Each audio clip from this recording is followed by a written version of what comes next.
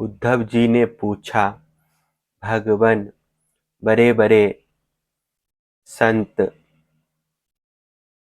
आपकी कीर्ति का गान करते हैं। आप कृपया बतलाएं कि आपके विचार से संत पुरुष का क्या लक्षण है, आपके प्रति कैसी भक्ति करनी चाहिए जिसका संत लोग आदर करते हैं। भगवान, आप ही ब्रह्मा आदि श्रेष्ठ देवता, सत्य आदि लोक और चराचर जगत के स्वामी हैं। मैं आपका विनीत प्रेमी और शरणागत भक्त हूँ। आप मुझे भक्ति और भक्त का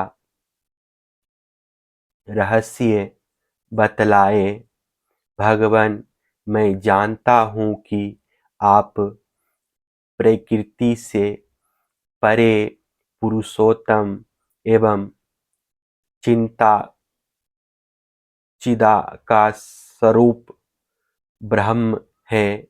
आपसे भिन्न कुछ भी नहीं है। फिर भी आपने लीला के लिए स्वेच्छा से ही यह अलग शरीर धारण करके अवतार लिया है। इसलिए वास्तव में आप ही भक्ति और भक्त का रहस्य बतला सकते हैं। भगवान श्री कृष्ण ने कहा, प्यारे उद्धव, मेरा भक्त कृपा की मूर्ति होता है। वह किसी भी प्राणी से वैर भाव नहीं रखता और घोर से घोर दुख भी प्रसन्नता पूर्वक सहता है। उसके जीवन का सार है सत्य, और उसके मन में किसी प्रकार की पाप वासना कभी नहीं आती। वह समदर्शी और सबका भला करने वाला होता है। उसकी बुद्धि कामनाओं से कुलुषित नहीं होती। वह संयमी, मधुर स्वभाव और पवित्र होता है। संग्रह परिग्रह से सर्वथा दूर रहता है। किसी भी वस्तु के लिए वह कोई चेष्टा नहीं करता। परिमित भोजन करता है और शांत रहता है। उसकी बुद्धि स्थिर होती है। उसे केवल मेरा ही भरोसा होता है और वह आत्म तत्व के चिंतन में सदा संलग्न रहता है। वह प्रमाद रहित, गंभीर स्वभाव और धैर्यवान होता है। भूख प्यास, शोक मोह और जन्म मृत्यु, ये छहों उसके बस में रहते हैं। वह स्वयं तो कभी किसी से किसी प्रकार का सम्मान नहीं चाहता, परंतु दूसरों का सम्मान करता रहता है। मेरे संबंध की बातें दूसरों को समझाने में बड़ा निपुण होता है और सभी के साथ मित्रता का व्यवहार करता है। उसके हृदय में करुणा भरी होती है, मेरे तत्व का उसे यथार्थ ज्ञान होता है। प्रिय उद्धव, मैंने वेदों और शास्त्रों के रूप में मनुष्यों के धर्म का उपदेश किया है। उनके पालन से अंतःकरण शुद्धि आदि गुण और उल्लंघन से नरक आदि दुख प्राप्त होते हैं, परंतु मेरा जो भक्त उन्हें भी अपने ध्यान आदि में विक्षेप समझकर त्याग देता है और केवल मेरे ही भजन में लगा रहता है, वह परम संत है। मैं कौन हूँ, कितना बड़ा हूँ, कैसा हूँ, इन बातों को जाने चाहे ना जाने, किंतु जो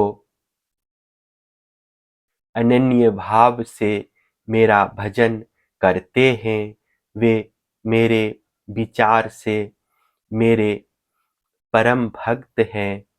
प्यारे उद्धव, मेरी मूर्ति और मेरे भक्त जनों का दर्शन, स्पर्श, पूजा, सेवा, शुश्रूषा, स्तुति और प्रणाम करे तथा मेरे गुण और कर्मों का कीर्तन करे।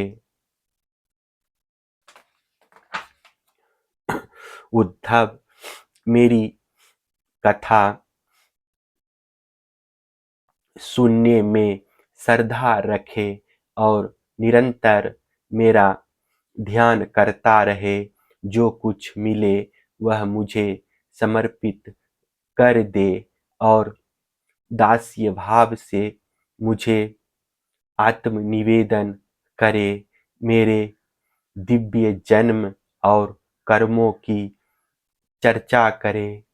जन्माष्टमी, रामनवमी आदि पर्वों पर आनंद मनावे और संगीत, नृत्य, बाजे और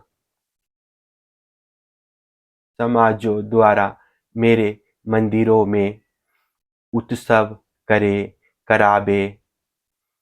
वार्षिक त्योहारों के दिन मेरे स्थानों की यात्रा करे, जुलूस निकाले तथा विविध उपहारों से मेरी पूजा करे। वैदिक अथवा तांत्रिक पद्धति से दीक्षा ग्रहण करे, मेरे व्रतों का पालन करे, मंदिरों में मेरी मूर्तियों की स्थापना में श्रद्धा रखे। यदि यह काम अकेला ना कर सके तो औरों के साथ मिलकर उद्योग करे। मेरे लिए पुष्प वाटिका, बगीचे, हीरा के स्थान, नगर और मंदिर बनवावे। सेवक की भांति श्रद्धा भक्ति के साथ निष्कपट भाव से मेरे मंदिरों की सेवा शुश्रूषा करे। झाड़े बहोरे, लीपे पोते, छिड़काव करे और तरह तरह के चौक पूरे, अभिमान ना करे, दंभ ना करे, साथ ही अपने शुभ कर्मों का ढिंढोरा भी ना पीटे। प्रिय उद्धव, मेरे चढ़ावे की अपने काम में लगाने की बात तो दूर रही, मुझे समर्पित दीपक के प्रकाश से भी अपना काम न ले, किसी दूसरे देवता की चढ़ाई हुई वस्तु मुझे न चढ़ावे। संसार में जो वस्तु अपने को सबसे प्रिय, सबसे अभिष्ट जान पड़े, वह मुझे समर्पित कर दे। ऐसा करने से वह वस्तु अनंत फल देने वाली हो जाती है। भर्द, सूर्य, अग्नि,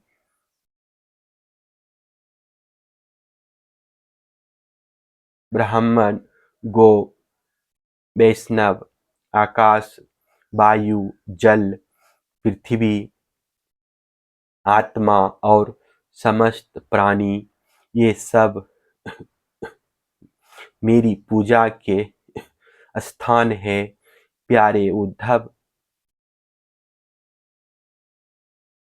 ऋग्वेद, यजुर्वेद और सामवेद के मंत्रों द्वारा सूर्य में मेरी पूजा करनी चाहिए। हवन के द्वारा, अग्नि में, आतिथ्य द्वारा, श्रेष्ठ ब्राह्मण में और हरी हरी घास आदि के द्वारा गौओं में मेरी पूजा करे। भाई बंधु के समान सत्कार के द्वारा वैष्णव में निरंतर ध्यान में लगे रहने से हृदयाकाश में